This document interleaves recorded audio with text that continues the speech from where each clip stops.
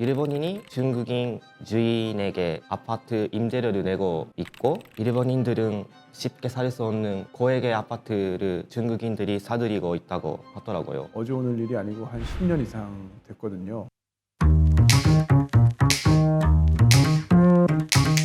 안녕하세요. 안녕하세요. 저는 한국외대에서 일본을 연구하고 가르치고 있는 이창민 교수입니다. 반갑습니다. 네, 반갑습니다. 저는 도쿄에서 온 시카라고 합니다. 잘 부탁드리겠습니다. 반갑습니다. 저는 일본 오사카에서 온 중앙대 다니고 있는 유학생 유익이라고 합니다. 잘 부탁드리겠습니다. 지금 한국에서 일하고 계신다고 어떤 일을 하고 계시나요? 저는 크리에이터로 유튜브 채널 운영하고 있어서 한국에서 생활하는 거 찍고 그런 거 하고 있습니다. 유키상은 지금 전공이 어떻게 됩니까? 저는 아시아 문화학과에서 중국어 문학을 공부하고 있습니다. 그러면 한국어도 하고 일본어도 하고 중국어도 하고 중국어는 지금 공부하고 있습니다. 대단합니다. 감사합니다. 최근에 그 유나 센세이라는 분이 글을 올리셨던데 그게 화제가 되어 있다고 하더라고요. 2024년에 일본이라는 주제인데요. 일주일 만에 200만 조회를 했다고. 지금 일본 관광 사업이 어려워지고 수입 그런 것도 되게 어려워졌다고 그런 내용이 써져 있더라고요. 저는 그 중에서 부동산에 관한 이야기가 재밌었는데요. 지금 일본 도시 지역에서는 일본인이 중국인 주인에게 아파트 임대료를 내고 있고, 일본인들은 쉽게 살 수 없는 고액의 아파트를 중국인들이 사들이고 있다고 하더라고요. 교수님께서는 어떻게 보시나요? 예, 사실 이제 중국 부자들이 일본 부동산에 투자하는 거는 어제 오늘 일이 아니고 한 10년 이상 됐거든요. 그 1990년에 중국은 부동산의 사유재산 개념이 도입이 됐습니다. 그런데 2010년 정도가 되면 중국 사람들이 일본 여행을 많이 오죠. 와서 보니까 깜짝 놀란 거예요. 일본 부동산이 생각했던 것보다 너무 싼 거예요. 이게 왜 그러냐면 아시겠지만 일본은 90년, 91년에 버블이 붕괴하면서 부동산 가격이 꺼졌고 그 이후로 한 30년 정도 변화가 없었기 때문에 중국인들이 볼 때는 너무 터무니없이 싸다 이렇게 생각을 했고, 그때부터 이제 중국의 사업가들이 일본에 건너와서 호텔, 료칸, 민박 이런 거 다 인수해가지고 일본 여행을 오는 중국인들 대상으로 사업을 시작했습니다. 그런데 이제 그때부터 일본에 이제 입소문이 나면서 중국 부자들이 일본에 부동산 쇼핑을 하는 게 붐이 일어나기 시작을 했고요. 중국 부자들이 일본 부동산에 관심을 가지게 된 데는 크게 4가지 정도 이유가 있습니다. 첫 번째는 일본의 부동산이 소유할 수 있잖아요. 그런데 아까 말씀드린 것처럼 중국의 부동산은 사유재산권이 도입되긴 했지만 토지는 여전히 국가가 소유합니다. 그러니까 건축물에 대해서만 사고 팔 수 있는 거예요. 그런데 일본의 부동산은 한번 소유하면 영구히 평생 본인께 되잖아요. 그러니까 이거는 중국 사람들에게 있어서 자산의 보존의 측면에서 중국의 부동산은 보다는 이제 일본 부동산을 소유하면 영구히 자기의 재산이 된다, 이런 매력이 좀 있었고, 두 번째는 역시 부동산 저평가입니다. 방금 말씀드린 것처럼 지난 30년 동안에 다른 나라들은 부동산 가격이 막 오르는데 일본은 제자리 걸음을 했거든요. 그래서 코로나 전에 2019년에 베이징에 신축 아파트 한 채가 한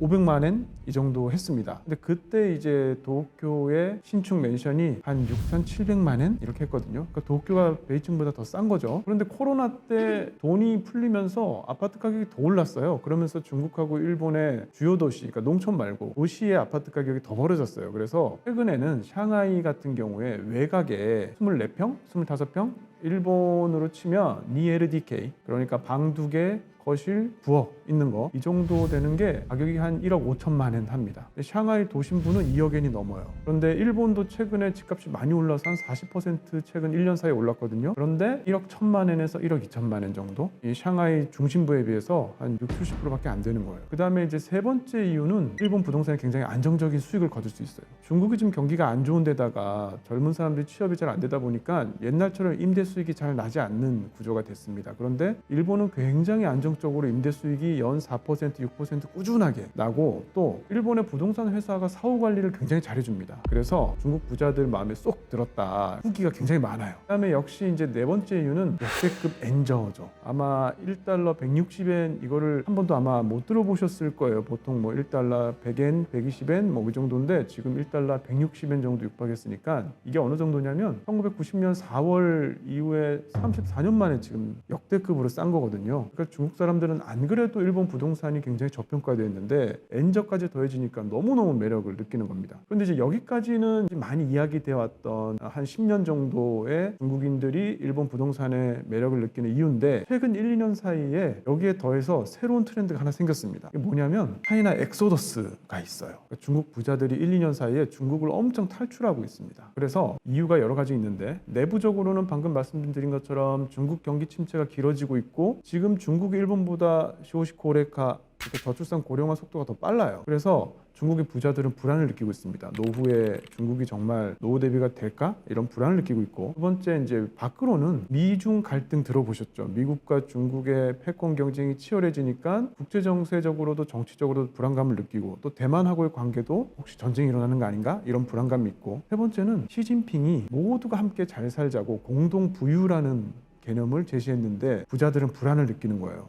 내 재산 다 뺏기는 거 아닌가? 처음에는 사람들이 싱가포르로 많이 이주를 했습니다. 그래서 싱가포르로 이주를 했는데 요즘에 싱가포르 이주 비용이 너무 비싸져 가지고 일본이 급부상하고 있어요. 작년에 100만 달러 이상 가지고 있는 중국 사람들 중에서 해외로 이주한 사람이 13,500명 정도 됩니다. 이게 세계 최고 수준이에요. 엄청나게 지금 빠져나오고 있고 일본이 급부상하면서 지금 이제 도쿄의 세타가야쿠, 미나토쿠 이런 이제 부자 동네에 중국 부자들이 모여 살기 시작하면서 아이들을 국제학교에 보내고 그다음에 여러 부동산을 매입해서 이제 임대 수익도 얻고 이렇게 살고 있는데 지금 최근에 이 신이민이라고 불리는 이 일본에 온 중국 부자들은 특징이 뭐가 있냐면 일본어를 배우지 않아요. 그다음에 일본 사회에 동화돼서 살려고 하지 않습니다. 중국인을 통해서 식재료도 다 조달받고 부동산 중개할 때는 중국인 중개인 찾아서 하고 중국인끼리 커뮤니티를 이루고 살고 있고요. 그리고 한국의 맘카페 아시죠? 맘카페라고 있어요. 엄마들끼리 동네마다 다 연결이 되어 있는데 중국 엄마들도 그 위챗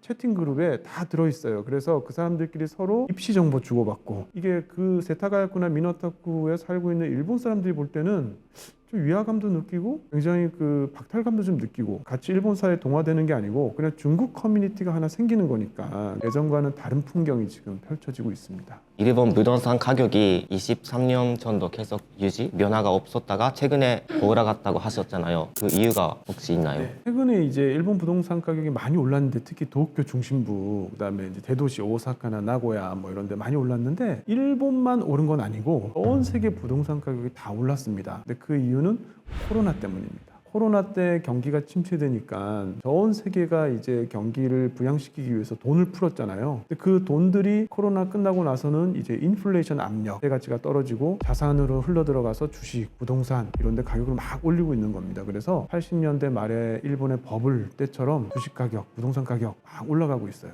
전 세계가 오르면서 일본도 동시에 많이 올랐다 이렇게 보시면 될 것 같아요. 그러면은 주변에 중국인 이웃들이 많이 혹시 늘거나 하는 것들 보신 적 있으신가요? 예전에 비해서는 그래도 관광객라기보다는 중국 그냥 사는 사람들, 외국 사람들이 너무 많아졌고 일단 음식점이나 그런 데 가도 일본인 직원이 아니라 약간 다른 논남 직원이라든지 중국 직원이라든지 훨씬 많아진 것 같아요. 진짜 5년 전보다. 그런 것 같아요. 진짜 요즘에 일본 가보면 그 가게 이렇게 서빙하는 직원들 중에 일본분 거의 없고 다 외국인들로 바뀐 것 같습니다. 네.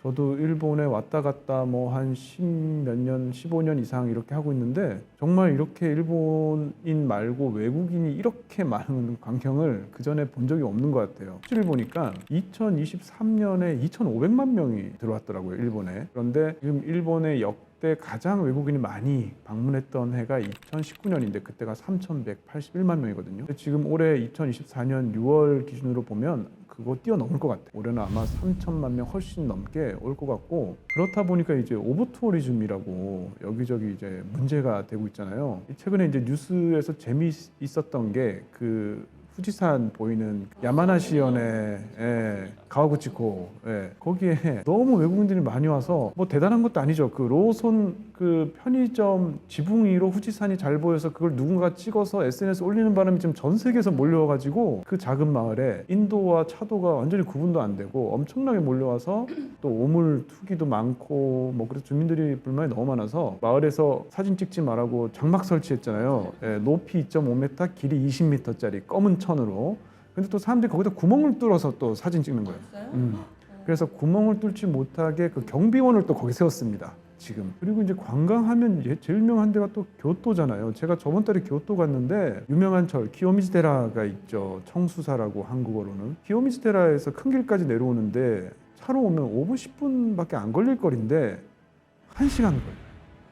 외국인 관광객들이 정말 어마어마하게 많아서 거의 꽉 끼어서 움직일 수가 없습니다. 어떤 지자체는 이제 외국인들에게 입장료 2배로 물리겠다고 이중가격제 하겠다 뭐 이런 얘기도 있긴 한데 뭐 그 정도로 지금 일본이 오버투어리즘으로 몸살을 앓고 있습니다. 오버투어리즘의 사례를 보신 게 있으신가요? 일단 그 교토 유명한 스타벅스가 있는데요. 거기는 사람이 너무 많아서 자리 잡기가 되게 어렵다고 한국인 친구들이 저한테 불만을 했습니다.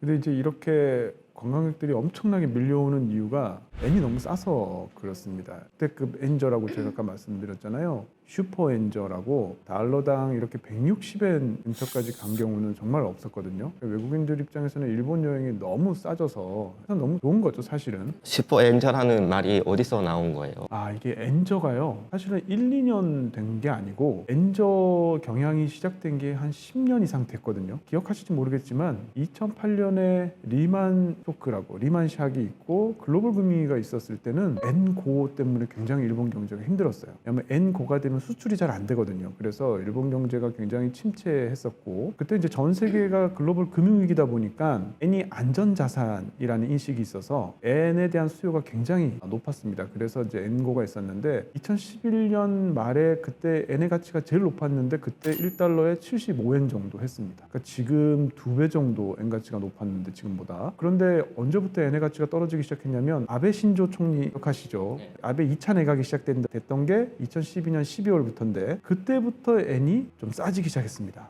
왜 그랬는지 혹시 아시나요? 저는 모르겠습니다. 아베 하면 떠오르는 게 경제 정책 중에 이 아베노믹스가 양적 완화라고 해서 돈 푸는 정책이거든요. 엔을 막 푸니까 엔의 가치가 떨어지는 거죠. 1달러에 한 120엔 정도에서 왔다 갔다 하면서 이렇게 유지가 됐습니다. 그런데 슈퍼 엔저는 언제부터 시작됐냐면 코로나 이후에 시작된 겁니다. 코로나 때 아까 말씀드린 것처럼 전 세계가 돈 풀기를 했잖아요. 그렇다 보니까 코로나 끝나고 나서 물가가 엄청나게 올랐어요. 미국을 비롯해서 전 세계 물가가 오르다 보니까 이 물가를 잡으려면 금리를 끌어올려야 돼요. 그래서 지금 미국의 금리가 5.5% 정도 되거든요. 미국을 비롯해서 전 세계가 금리를 끌어올리다 보니까 금리가 다 올라가는데 전 세계에서 유일하게 금리를 올리지 않은 나라가 있습니다. 일본만 마이너스 금리를 했어요. 그래서 미국과 일본 사이에 금리 차이가 이렇게 나다 보니까 금리 차가 나면 금리가 높은 곳으로 돈이 몰리거든요. 그러니까 미국으로 돈이 몰리죠. 그래서 엔 팔고 달러 사고 엔 팔고 달러 사고 이게 움직임이 가속화되면서 내 가치는 점점 떨어지고 달러 가치는 점점 올라가고 그래서 이제 1달러에 한 150엔, 160엔 정도 되는 슈퍼 엔저가 이제 시작이 된 겁니다. 이제 일본 국민들 입장에서는 이렇게 엔저가 되면 수입 물가가 굉장히 비싸지거든요. 하는 물가 가격이 올라가기 때문에 지금 일본 사람들 실소득은 감소하고 있어요.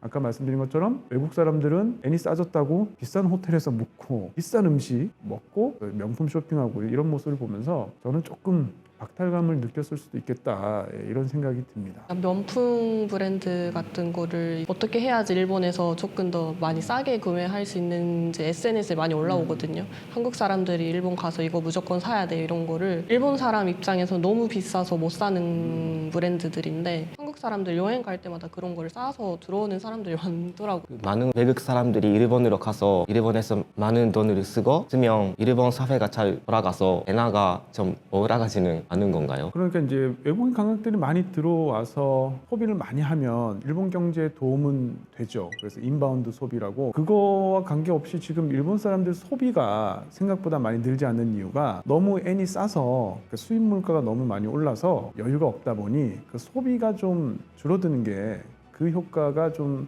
지금은 큰 상황입니다.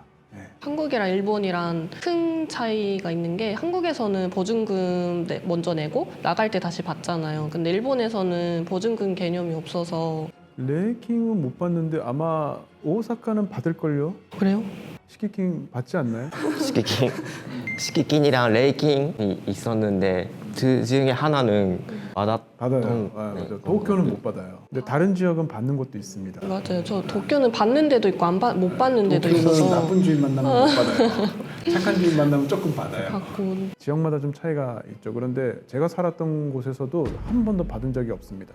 보통 식기킹, 레이킹 뭐 수수료해서 첫 달에 한 5배 정도 이렇게 낼 때도 있는데 나갈 때 하나도 못 받고 수리비 더 내고 청소비 내고 열쇠 교환비 내고 너무 비용이 많이 듭니다. 예. 아, 저는 그것도 냈어요. 타타미 수리비. 정말 타타미 없는 곳에 가고 싶었는데 돈이 없어서 타타미 있는 곳에 갔다가 한번 차를 엎어가지고 타타미 하나만 갈면 될 줄 알았는데 3개 가르라 그래가지고 예, 엄청 비싸요 타타미. 예, 정말 눈물 났던 학창 시절 얘기입니다. 예.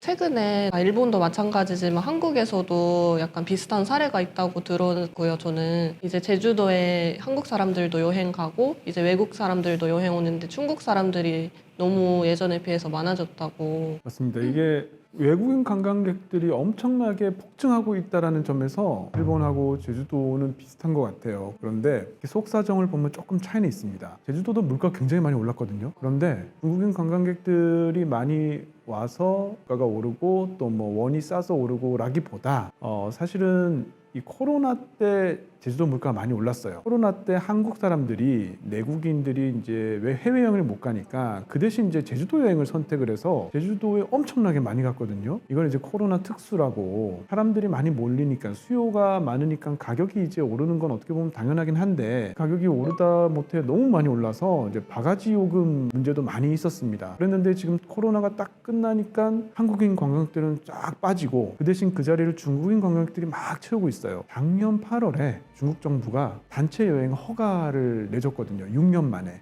6년 동안 한국 관광 못 하다가 해제가 되니까 중국 사람들이 막 몰려오면서 중국 제주도 직항편도 막 늘어났고요. 크루즈도 늘어나서 이분들이 뭐 엄청나게 지금 10,000배씩 그전에 거의 안 왔기 때문에 1000% 뭐 늘어났다 뭐 이런 얘기도 하고 그러거든요. 근데 문제는 이 사람들이 와서 후기가 또 안 좋아요. 너무 비싸다. 항공료도 오르고 숙박료도 올랐는데 음식값도 너무 올랐다. 그래서 제주도에서도 지금 이걸 좀 걱정을 하고 있습니다. 왜냐하면 한국인 관광객들한테도 별로 안 좋은 소리를 많이 들었는데 이게 너무 가격이 물가가 올라서 이러다가는 유커들도 떠날 수 있다. 지금 제주도는 일본이랑 경쟁 관계에 있거든요. 무슨 말이냐면 관광객들이 볼 때는 제주도로 갈까? 도쿄로 갈까? 고민하다가 도쿄가 훨씬 싼데 엔저 때문에 그럼 도쿄로 갈 수 있는 거거든요. 그래서 제주도 쪽의 상인들은 그런 걱정들을 좀 하고 있고 이게 입소문이 나면 중국 관광객들이 제주도 가려다가 일본 쪽으로 갈 수도 있겠다 싶어요. 그럼 이제 일본은 또 오버투어리즘 문제로 또 겪겠죠. 그래서 그런 지금 대체 관계 사실은 있다. 이런 차이가 좀 있습니다.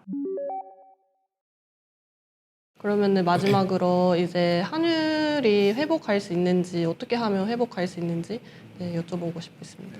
제가 작년부터 이런 질문을 많이 받았는데 올해 되면 회복될 거라고 얘기했다가 다 틀려서 이거 정말 맞추기가 어렵다 이렇게 생각을 했습니다. 왜 그러냐면 지금 1달러 160엔 정도 되는 게 예전처럼 1달러에 120엔 이 정도로 다시 엔의 가치가 올라갈 수 있겠냐라고 했을 때 미국과 일본의 금리차 때문에 이 슈퍼엔저가 됐다 그랬잖아요. 그러면 이 미국과 일본의 금리 차가 좀 줄어들어야 엔이 회복을 하겠죠, 엔의 가치가. 근데 미국이 금리를 좀 낮추든지 일본이 금리를 좀 올리든지 둘 중에 하나는 이제 돼야 되는데 미국이 금리 낮추는 게 지금 쉽지 않을 것 같아요. 원래 계획은 올해 3번 정도 낮추려고 그랬어요. 그런데 지금 미국 경기가 너무 좋아. 고용도 좋고 물가가 안 잡혀요. 그래서 금리를 낮추지 못하는 상황이 이어지고 있고 게다가 올해 연말에 미국에서 대선이 있거든요. 바이든과 트럼프가 지금 붙었잖아요. 바이든은 금리를 좀 낮추라고 얘기합니다. 내가 재선하려면 금리를 좀 낮춰서 경기를 좀 띄워야 돼. 이렇게 얘기하는데 트럼프가 경고했죠. 낮추기만 해봐. 바이든 도와주는 거야. 이렇게. 그래서 미국의 중앙은행에 해당하는 FRB는 금리를 낮추고 싶어도 좀 눈치도 보이고 정치적으로 이런 상황이고요. 일본 같은 경우는 금리를 올리면 되는데 금리 올리기가 좀 쉽지 않아요. 왜냐하면 엔의 가치는 좀 올라갈 수 있지만 일본에서 가게도 대출을 많이 받고 있고 기업도 대출을 많이 받고 있는데 대부분 이제 변동금리하고 고정금리 중에서 변동금리가 한 70% 되거든요. 금리 수준이 이제 3개월, 6개월 단위로 이렇게 변하는 거죠. 그런데 대출을 받았는데 만약에 금리가 올라가면 어떻게 돼요? 그러면 기업도 도산할 수 있고 실업률도 올라갈 수 있거든요. 그래서 이 잃어버린 30년 만에 겨우 탈출 지금 하려고 하는데 금리 잘못 올렸다가 다시 경기가 푹 꺼질 수가 있기 때문에 쉽게 금리를 올릴 수가 없는 상황입니다. 그래서 지금 이 상태가 꽤 오래 갈 것 같고 또 어떤 분들은 구조적으로 일본의 엔저가 이제 굳어졌다 이렇게 얘기하시는 분이 부분이 있어요. 그게 왜 그러냐면 일본 기업들이 2011년 동일본 대지진 이후에 해외로 많이 나갔습니다. 공급망을 안정적으로 구축하기 위해서 해외로 나갔는데 해외 생산 거점에서 물건을 생산하면 거기서 돈을 벌고 거기서 그냥 재투자하거나 달러를 거기서 쌓아둬요. 일본에 가지고 들어오지 않아요. 그러다 보니까 엔에 대한 수요가 크지 않습니다. 일본 기업들이. 게다가 일본도 그렇고 한국도 그렇지만 기름 수입하잖아요. 원유 수입하는데 중동 정세가 불안정한 부분이 많죠. 그래서 기름값이 올라가서 일본의 무역 수지 적자가 폭이 굉장히 커지고 이것도 달러를 또 써야 되고 엔에 대한 수요가 떨어지는 그런 요소고요. 그 다음에 분 넷플릭스 보시죠.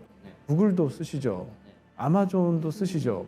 이거 전부 다 미국 기업이잖아요. 일본의 젊은이들 중심으로 거의 다 이걸 쓰니까 그 디지털 서비스를 쓰면 서비스 수지도 다 적자거든요. 그래서 식료품도 수입해야 돼, 에너지도 수입해야 돼, 디지털 서비스도 이용해야 돼. 전부 돈 쓸 일밖에 없잖아요. 옛날에는 일본이 모노스크리라 그래서 물건 만들어서 팔아서 외화를 벌 수 있었는데 최근에는 제가 말씀드린 것처럼 해외에서 거기서 물건 만들어서 거기서 팔거든요. 중국 공장, 미국 공장, 뭐 멕시코 공장 있잖아요. 그래서 앞으로 구조적으로 엔이 점점 더 약해지는 거 아닌가? 이런 이야기를 많이 합니다. 엔의 가치가 회복되는 게 조금 더 기다려봐야 되겠다. 아마 올 연말, 내년까지 가봐야 되지 않나? 예, 이렇게 생각이 듭니다.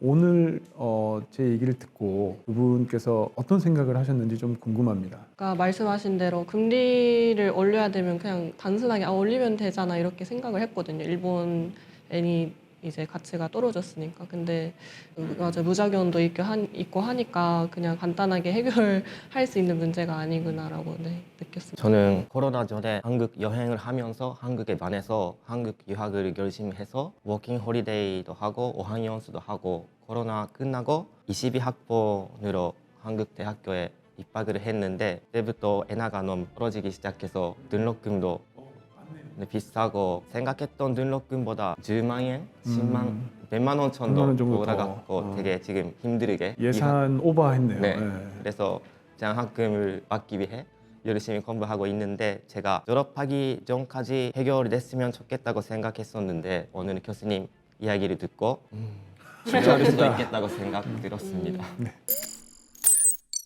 일본 전체가 지금 일손 부족으로 일자리가 넘쳐나고 있습니다. 그 유효 구인 배율이라는 수치가 있거든요. 구직자 한 명당 일자리가 몇 개 있나를 나타내는 건데 지금 1.28입니다. 일손 부족이 심해진 일본이 이렇게 된 이유가 사람들이 보통 이제 인구가 감소해서 그렇다라고 생각하는데 그렇지 않습니다.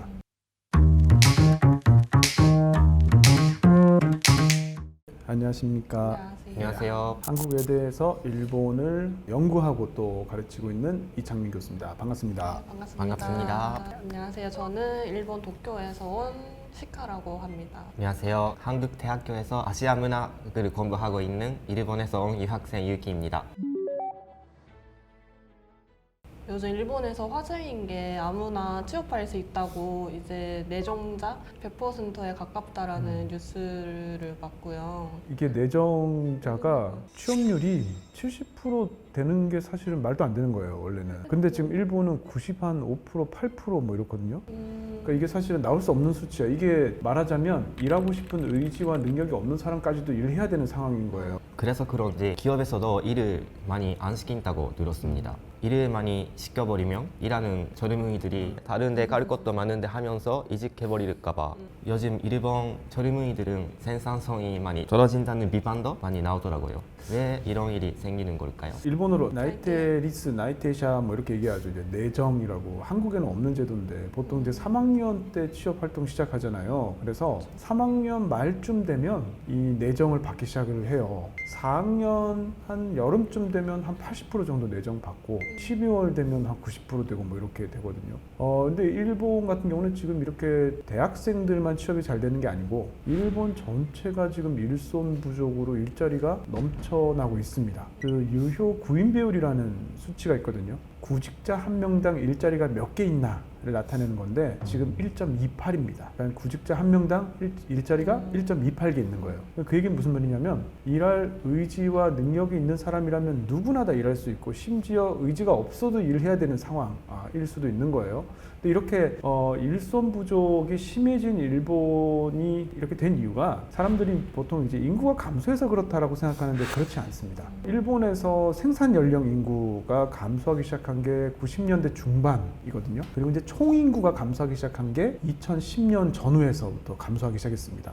일자리 사정이 나아진 거는 2009년, 10년 이때부터이긴 한데 또 아베가 또 중요합니다. 이 아베 총리의 아베노믹스가 시작되고 아베노믹스 경기라고 하는 게 2013년부터 18년 정도 되거든요. 이때 일하는 노동력 인구가 500만 명 늘었어요. 그러니까 인구가 감소해도 노동력 인구는 늘 수가 있습니다. 총 인구의 일부는 노동력 인구고 일부는 비노동력 인구예요. 비노동력 인구의 대표적인 게 전업주부, 그 다음에 은퇴한 고령자. 근데 아베노믹스 경기 때 이 사람들을 전부 다 노동시장으로 유턴시켰어요. 그러니까 전업주부도 비정규직으로 일을 하고 이미 회사를 은퇴하신 분도 다시 노동시장으로 불러와서 일을 하고 이 아베노믹스 경기하는 동안에 500만 명이나 일하는 사람이 늘었는데 그럼에도 불구하고 일손 부족이 심한 거예요. 결국 결론은 뭐냐면 기업들이 경기가 좋아져서 고용을 많이 늘렸다는 뜻입니다. 그래서 지금 일본은 일자리가 넘쳐나고 있고요. 일손 부족하다 보니까 일본은 70세 정년제가 사실상 도입이 됐거든요. 누구든지 본인이 원하면 70까지 일할 수 있어요. 외국인 노동력도 굉장히 적극적으로 받아들이고 있습니다. 그럼에도 불구하고 이런 비숙련 노동, 미숙련 노동, 저숙련 노동이 굉장히 많이 부족하고 더 큰 문제는 고도의 인재가 너무 많이 부족해요. 일본이 반도체 부활 꿈꾸고 있는 거 아시죠? 그래서 일본 정부하고 기업들하고 합심해서 지금 반도체를 부활시키기 위해서 여러 가지를 하고 있는데 외국 기업들 투자 유치하고 있거든요. 대만의 TSMC라고 있습니다. 이 TSMC가 구마모토에 반도체 공장 지었어요. 그런데 사람이 없어. 일할 사람이. 앞으로 10년 동안 1000명 이상 인재가 필요하다고 하고요. 또 홋카이도에는 라피더스라고 최첨단 반도체 공장 짓고 있고 AI나 데이터 센터도 지금 투자를 엄청나게 하고 있거든요. 그런데 일할 사람이 너무 없는 거예요. 일할 사람이 너무 없다 보니까 여러 대학에서 인재를 키우기 위해서 학과도 만들고 하고 있는데 지금 신입생 일을 하려면 4, 5년은 걸리잖아요. 그러니까 지금 일본은 굉장히 인력 부족, 특히 고급 인재 부족에 시달리고 있고 이렇게 일손이 부족하다 보니까 젊은 친구들이 너무 취업하기 편한 거예요. 상대적으로 치열하게 살지 않아. 열심히 살지 않아도 어찌 되니까 지금 대학원에 가는 일본인 친구들도 별로 없어요. 그래서 박사학위 취득자 수가 주요 선진국 중에 꼴찌입니다. 일본 친구들이 해외 나가서 근무하거나 공부하려거나 이런 거 잘 안 하려고 해서 굳이 내가 고생하면서 해외 나갈 필요가 뭐가 있나 이런 생각을 아마 일본 젊은이들은 많이 하는 것 같아요. 그런 것들이 이제 좀 진취성을 잃은 듯한 이런 모습으로 비춰지지 않을까 이런 생각이 좀 들었습니다. 두 분은 혹시 비슷한 그런 사례를 혹시 보신 적 있으신지? 저는 한국 대학교에서 공부를 하고 있잖아요. 한국 동기들이 되게 열심히 공부도 하고 중국어 문학과인데 일본어까지 공부하는 동기들도 있고 스펙 쌓기 위해 고생을 많이 하고 있다는 걸 옆에서 보고 있는데 일본에서 학교를 다니는 친구들은 대학교 수업에 안 가서 놀고 아르바이트가 더 중요하죠. 일본 대학생들은.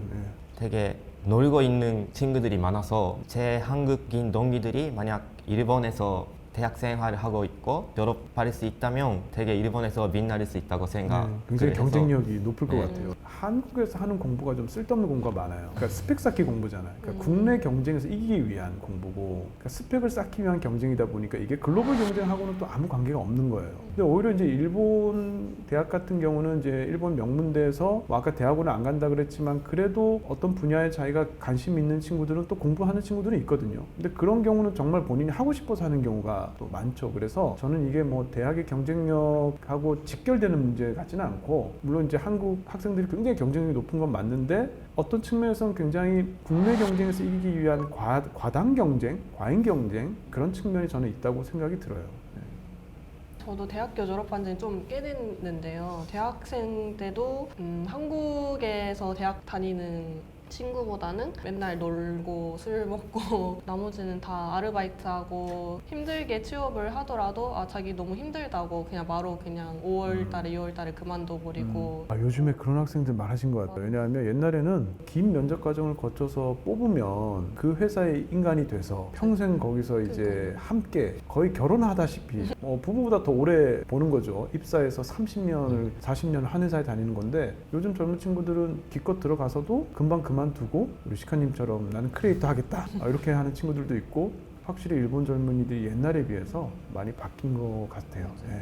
지금보다 예전이랑 뭔가 바뀐 점이나 다른 점이 있을까요? 이거는 그거 보시면 아십니다. 짱구, 크레용 짱구, 신짱 네. 아빠. 신짱 아빠가 예전에 대학생이 취업 활동해서 회사 들어가서 크레용 신짱 아빠가 와세다 대학 출신이잖아요. 그런 다음에 한 회사 들어가면 거기에서 보통 4월달에 입사해서 제일 먼저 하는 일이 벚꽃 하나미 다리 맞는 거부터 그쵸, 시작해서 그쵸, 그쵸. 매번 해야 될 일이 정해져 있고 거기서 이제 승진해서 올라가면 거기에 따라서 뭐 급여도 올라가면서 결혼도 하고 이러면서 그 직장에서 30년, 40년 이렇게 정년할 때까지 보통 다니는 거죠. 그래서 직장 동료들과 상사들이 내 평생 함께 해야 될 친구들, 동료들인 셈이고 직장에서 만나는 사람들과 어떻게 해야 잘 지낼까 이런 인간관계를 고민한 경우도 많았고 그만두고 딴 데 옮기는 가능성이 굉장히 적은 게 아무도 그만두지 않으니까 중도 채용 시장이라고 하죠. 발달하지 않아서 전직하기는 너무 어려웠어요. 그래서 어쩔 수 없이 한 직장에 오래 다녀야 되는 상황이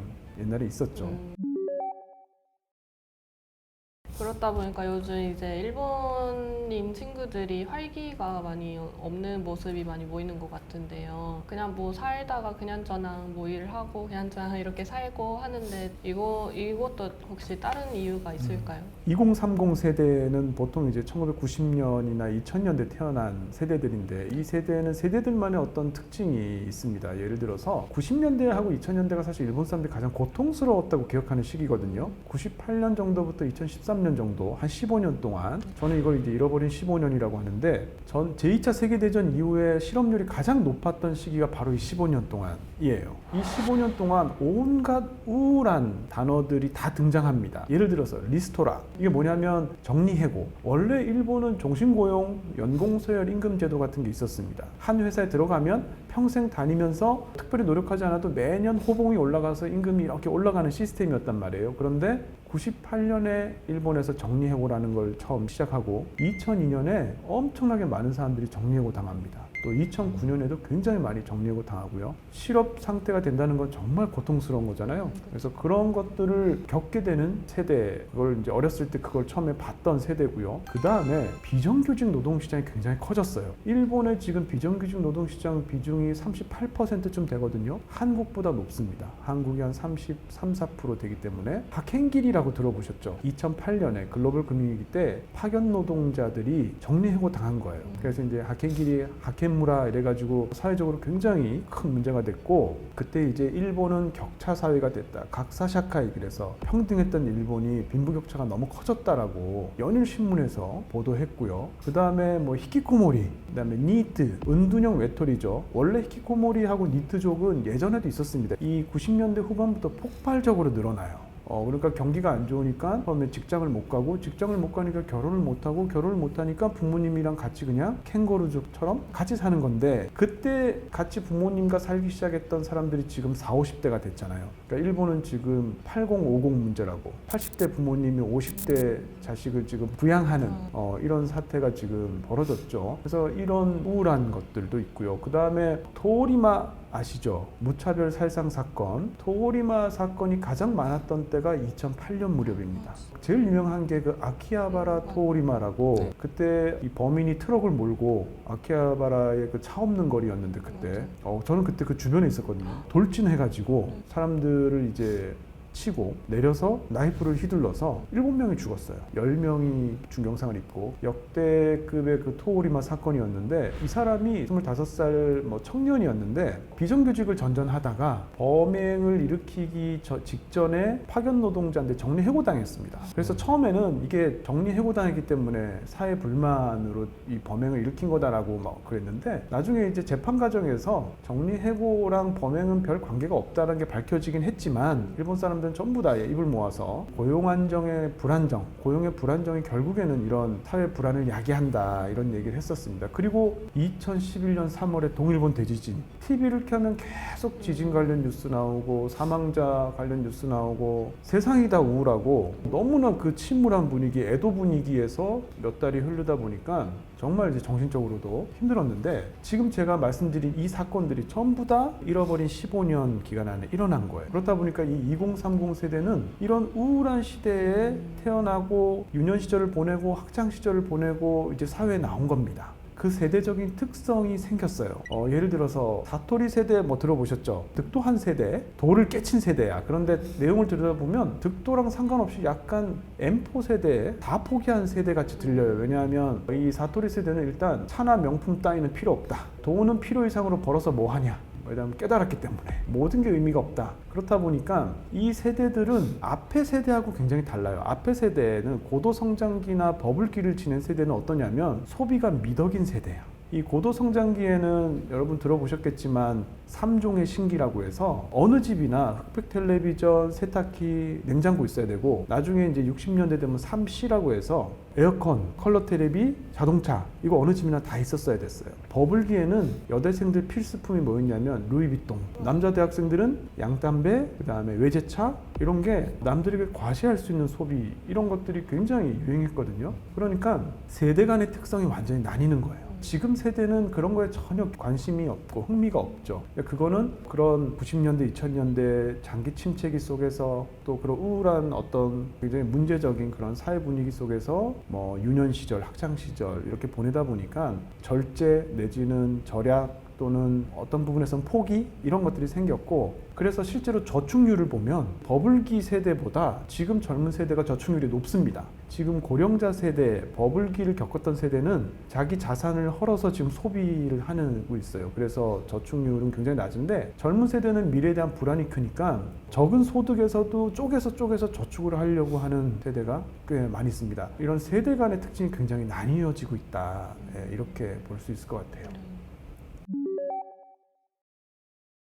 제가 변화하는 일본 경제 상황에서 실제로 어떤 문제가 저에게 가장 크게 나타날지 걱정이거든요. 지금 이제 일본이 뭐 잃어버린 20년 또는 잃어버린 30년에서 탈출을 하고 있다, 이렇게 이야기하고 있는데요. 저는 제 생각에는 일본이 잃어버린 30년에서 탈출하는 데 있어서 2030 세대가 걸림돌이 될 수도 있고 디딤돌이 될 수도 있습니다. 왜냐하면 지금 일본 경제가 30년 만에 전혀 새로운 어떤 단계로 진입하는 거는 맞아요. 왜냐하면 30년 만에 이렇게 일본 국내 투자가 많았던 적도 없었고, 30년 만에 이렇게 임금이 5% 이상씩 오른 적도 없었고요. 일본 기업들이 기업 지배구조 개선해서 이 기업 체질이 이렇게 많이 바뀌고, 이런 것도 굉장히 새로운 변화인데, 이게 비정상적이었던 경제 상태가 정상화되는 지금 단계거든요. 근데 문제는 뭐냐면 2030 세대는 사실 비정상적인 경제 상태에서 쭉 살아왔잖아요. 이 정상화되는 경제 상황이 오히려 더 생소하게 느껴질 수 있어요. 예를 들면 투자도 그렇죠. 일본 젊은이들 대부분 금융 문맹입니다. 투자해본 적도 없고 하려고 생각도 못 해봤을 거예요. 제가 일본 대학에서 3년 정도 근무를 했는데, 그때 동료들이랑 단 한 번도 투자 얘기를 한 적이 없어요. 근데 한국에 오자마자 전부 주식, 부동산, 코인 얘기 이거밖에 안 해. 일본은 왜 투자 얘기를 안 하냐면 그냥 돈을 은행에 넣어둬도 전혀 문제가 없는 게 디플레이션이 있기 때문에 돈의 가치가 하락하지 않죠. 10년 전에 은행에 넣어둔 돈이 그대로 있는 셈이니까 굳이 투자에 대해서 고민할 필요가 없는 거예요. 그런데 지금 일본도 물가가 오르고 있죠. 이제 물가가 오르고 있으면 돈을 그대로 은행에 넣어두면 자기 자산이 점점점 쪼그라듭니다. 그러니까 이제 투자에 대해서 고민해봐야 돼요. 그 다음에 금리에 가는 건데, 사실 일본의 2030 세대는 금리에 대한 면역이 전혀 없어요. 일본이 90년, 91년에 버블이 붕괴하고 저금리로 가서 99년부터는 제로금리 하고 2016년이 되면 마이너스 금리 했거든요. 35년을 저금리나 제로금리 시대였던 거예요. 그러니까 2030 세대는 아예 금리가 없는 세상에서 살았습니다. 근데 이제 앞으로는 금리가 있는 세상이 되는 거죠. 일본에서 직장을 가게 되면 보통 집을 사려고 하는 사람들이 많습니다. 그러면서 30년 론을 끼고 집을 사죠. 그런데 이 주택 론을 받을 때 조건이 굉장히 단순해요. 건강할 것, 그리고 두 번째는 안정적인 직장에서 급여가 꾸준히 나올 것, 이 정도 조건밖에 없습니다. 그리고 금리가 굉장히 쌉니다. 보통 변동금리로 봤는데 한 0.2%에서 1.5% 사이예요. 그렇다 보니까 전혀 부담 없이 그냥 30년 대출을 받아서 그것도 100%, 집값의 100%를 다 대출받을 수 있기 때문에 월세로 사는 거와 집을 사는 게 딱히 큰 차이가 없거나 집을 사는 게 오히려 더 나을 수도 있어요. 그래서 집을 사는 경우가 많은데, 만약에 지금 금리가 2%, 3% 되면, 또는 미국처럼 5%가 되면 엄청난 패닉이 일어날 수가 있겠죠. 일본의 젊은이들이 금리에 대한 면역이 없는 게 앞으로 굉장히 큰 위기가 될 것 같고, 그러한 것들이 아마 앞으로 2030 세대의 어떤 정상화돼가는 경제에 있어서 리스크, 위험 요인이 되지 않을까 이런 생각이 듭니다. 일단 말씀하신 대로 일자리를 일본에서 구하는 건 아무 문제 없다고 저도 생각을 하고요. 한국에서는 반대로 구직을 하는 게 힘들었으니까 앞으로 좀 어디서 자리를 잡을지를 좀 고민해봐야 될 것 같습니다. 저도 한국에서 대학교를 졸업할 때까지 1년 반 정도 남았는데 투자에 대한 공부도 좀 하면서 이어서 열심히 하겠습니다. 감사합니다. 네, 감사합니다. 네.